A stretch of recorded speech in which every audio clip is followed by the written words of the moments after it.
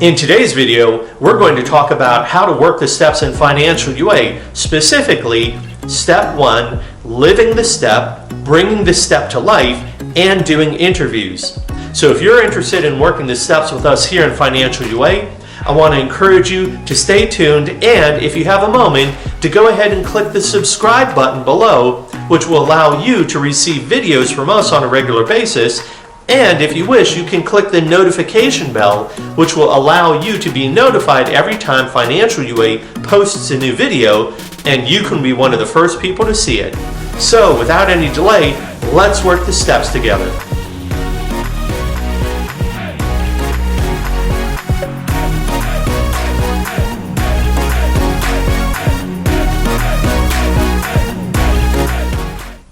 Hey, welcome! My name is Jay from Baltimore, Maryland, and I want to welcome you to the Financial UA General Service Office. Come on in and grab a seat, and let's get this meeting started. Before we begin talking about the assignments for Step 1, living the step and doing interviews, you might just make sure that you've already done the step work just before that, which is Step 1, symptoms, where you focus on exploring the symptoms of financial underearning, getting clarity about them, and processing the experience of having those symptoms with other members of the program. If you haven't yet worked through Step 1 symptoms, I'd encourage you to click this link to see the video about Step 1 symptoms. At this point, you're ready to start working on Step 1, living the step, and doing interviews. Now, the very first step of Financial UA says, we admitted we're powerless around earning, that our lives have become unmanageable. The very first assignment I want to offer to you is, I would like for you to handwrite Step 1 10 times in your prosperity notebook, to write it out by hand. And as you write the step out by hand in your notebook, I'd like for you to reflect on what Step 1 means for you personally. In your notebook, I'd like for you to answer the question, what does Step 1 mean to me right now? There's a reason why we ask you this question, is because when we wonder, what does the step mean to you right now when you're at the very beginning of the step, it's going to be very interesting and very different from what the step is going to mean to you after you've done the step. So we always ask this type of question at the beginning of the process and also at the end of the process. What does Step 1 mean to you right now? Go ahead and write that down in your notebook.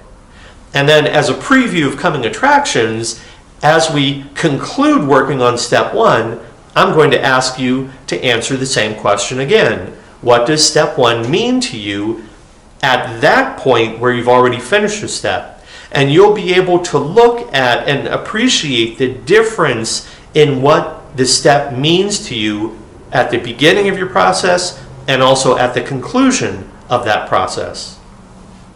Next, in your notebook, I'd like you to answer the question, what does it mean when we say, we admitted we're powerless around our earning?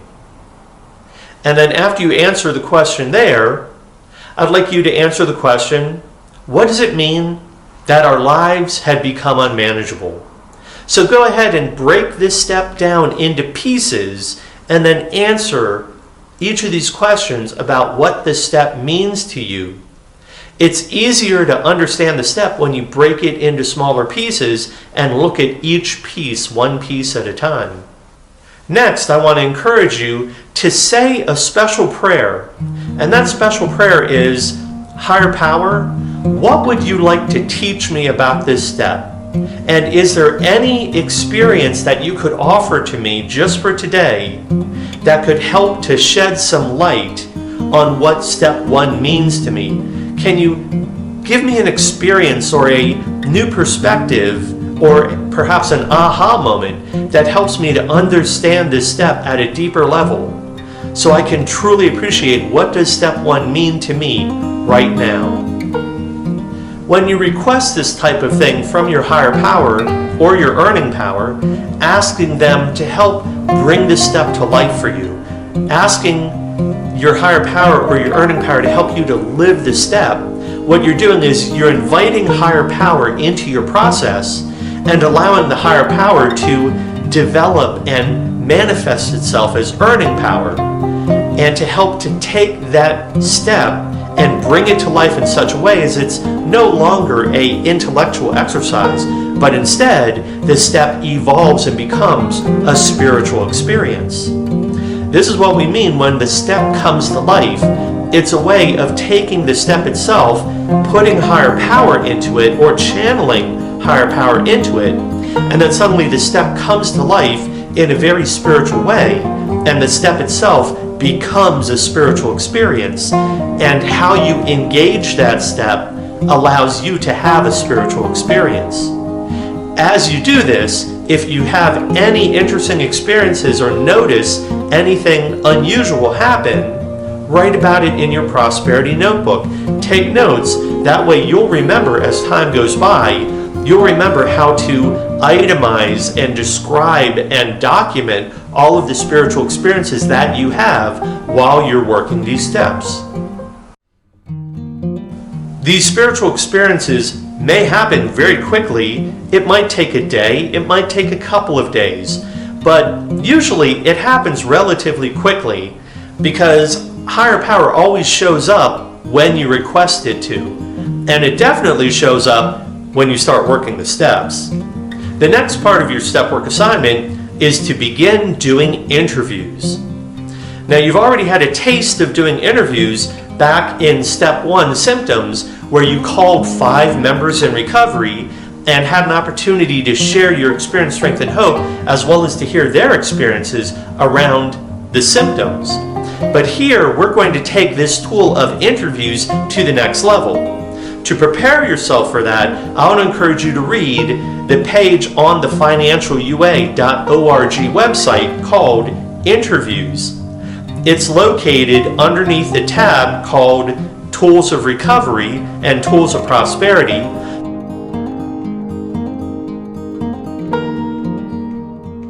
Specifically, doing interviews is one of our tools of prosperity. So if you've already had a chance to take a guided tour of the website, you'll know how to click on the link and how to find that page that describes doing the interviews. So go ahead and read about doing interviews, read that portion to familiarize yourself with the process, and let's begin to talk about doing the actual interviews. At this time, you're ready to formally start doing your 10 interviews. And what will happen is, for each of the 12 steps that you work, you're going to do 10 interviews to ask other people in recovery, ideally prosperous people in recovery, to ask them about their experience, strength, and hope with working that step. Every 12-step program is a spiritual and social environment where we learn from other people. That's called social learning, where we learn from other people in a social place, in a social setting. And because there's lots of people in recovery, we have this wonderful opportunity to talk with people, to ask them about their experience, strength, and hope. And because there's so many people who have such a wide variety of experiences in recovery, we can take advantage of the opportunity to learn from other people who have already walked the path ahead of us. That way we have the opportunity to interview somebody who's already invented the wheel, who's already figured out the best practices for wheel making, and we can learn from them. And when we do that, it takes years off of our learning curve, so we can learn much faster than our predecessors learned. When you do your interviews, plan on each interview taking about 15 to 20 minutes. Always reach out to the people ahead of time and ask, hey, do you have about 15 minutes to chat with me about your experience working step 1? You can do these interviews over the phone or face-to-face. I want to encourage you as best as you can to try to find people who have a really good combination of prosperity and recovery. But most importantly, they need to have at least had the experience of working the step on which you are currently working. So if you're on step 1, you want to interview people who have at the minimum done step 1. Let's talk about how to find people to interview. Now, you may interview people from Financial UA or Debtors Anonymous or Alcoholics Anonymous, or really any fellowship that has a solid focus on recovery and has a nice, plentiful group of people who have done the step work. Most importantly, you can ask your spirit to help lead you to the people who would be most appropriate for you to interview, and then go ahead and interview them about their experience, strength, and hope. You may also talk to your sponsor or somebody else in recovery that you strongly respect. You admire and respect their recovery.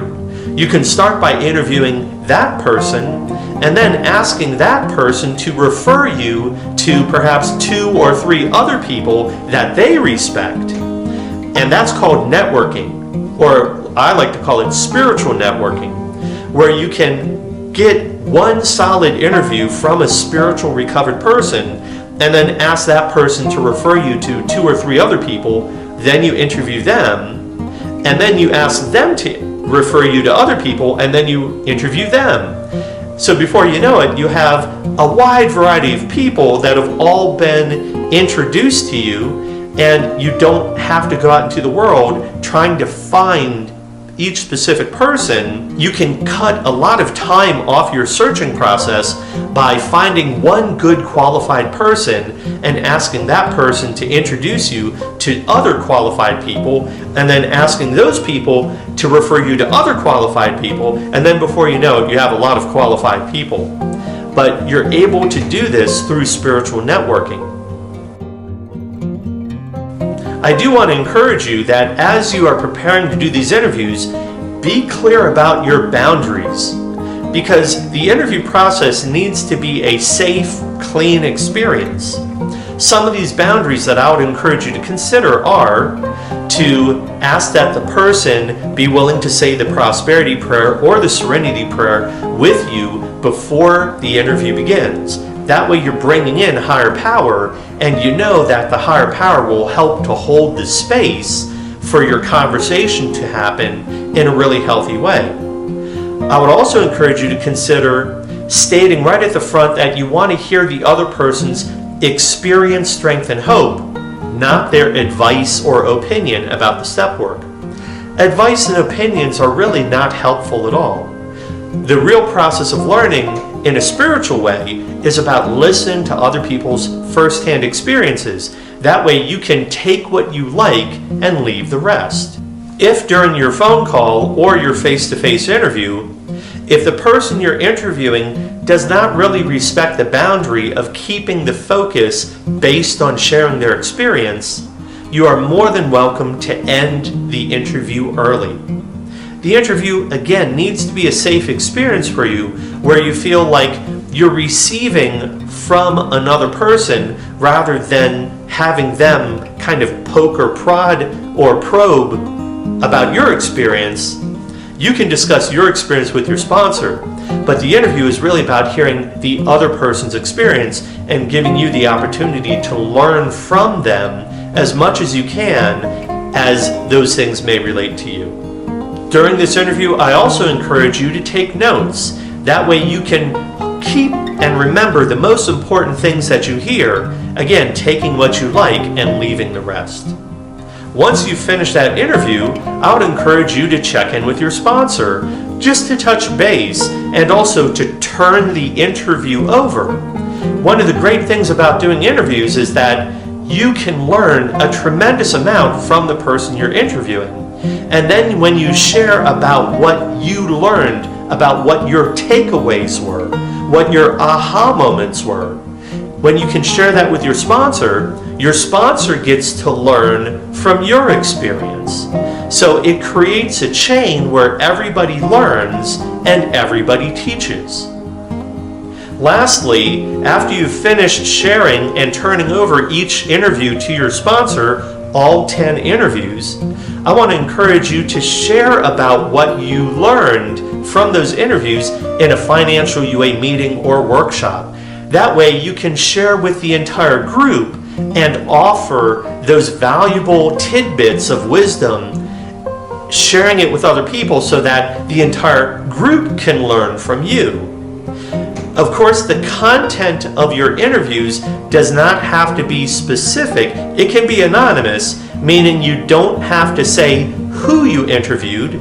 You don't have to say what age they were or what profession they held or how much money they earned. You can keep those details to yourself if the person you interviewed shared that with you. What is really important is not so much the details of the person, but the things that they learned, the best practices that they have, and the wisdom and the aha moments that they've realized, as well as any spiritual experiences that they have had from working the step. Those are where you're going to find your most value as you listen to what they have to share and as you're able to take from them and incorporate it into yourself the most valuable pieces. The last thing I would encourage you to do is to ask yourself, how are you going to reward yourself for all the positive actions you've taken? Doing these interviews can be a very challenging thing, especially for somebody who may be a little shy when it comes to reaching out and talking to other people.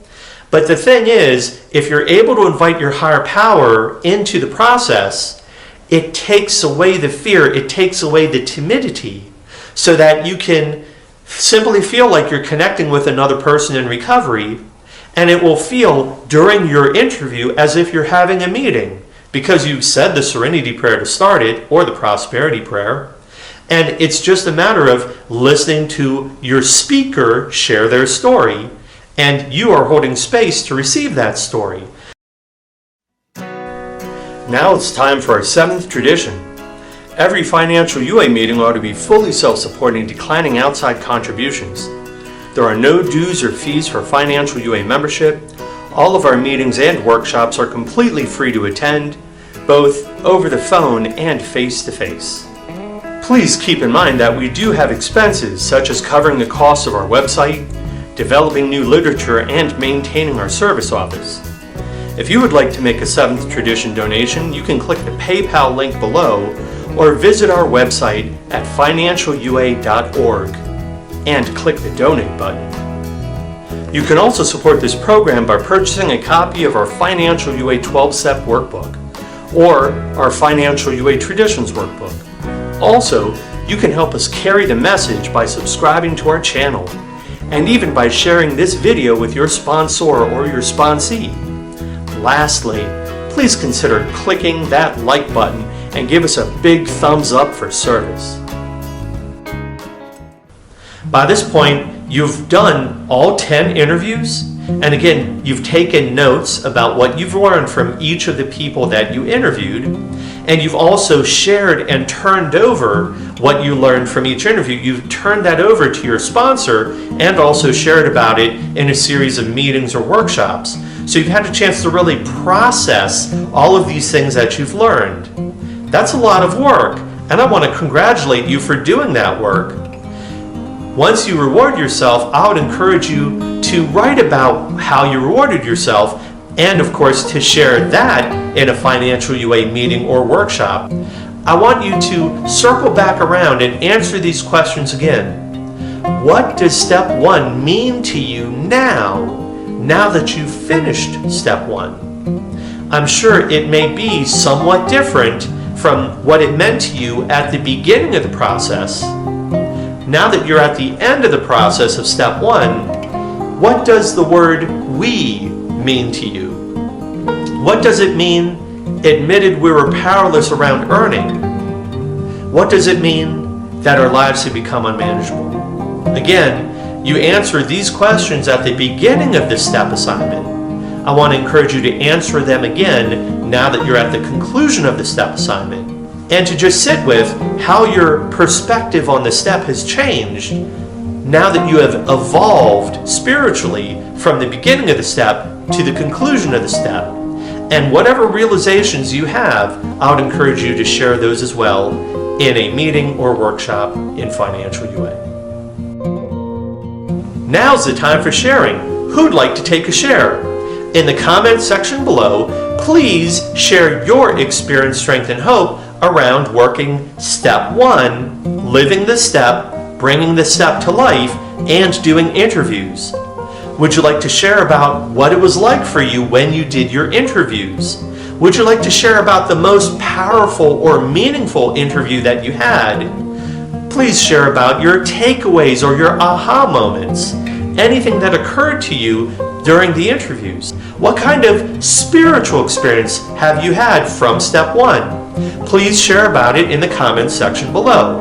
You may also leave a positive, non-offensive comment or question about things you'd like to learn in the program or any future videos or topics you'd like to see us cover in future videos.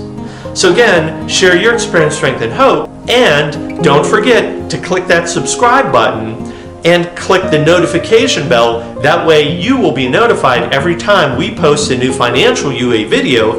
You can be one of the first people to see it. And of course, as always, please give us a big thumbs up for service. As we move towards closure, please visit us at www.financialua.org or email us at financialua@gmail.com. Now, let's close with our prosperity prayer. God, grant us the serenity to accept the things we cannot change, the courage to change the things we can, the wisdom to know the difference, and the prosperity to afford it. Awesome. Hey, thanks so much for joining us and helping to hold this space for healing and recovery. Please help us carry the message by subscribing to our channel and even maybe sharing this video with others. Most important, keep coming back.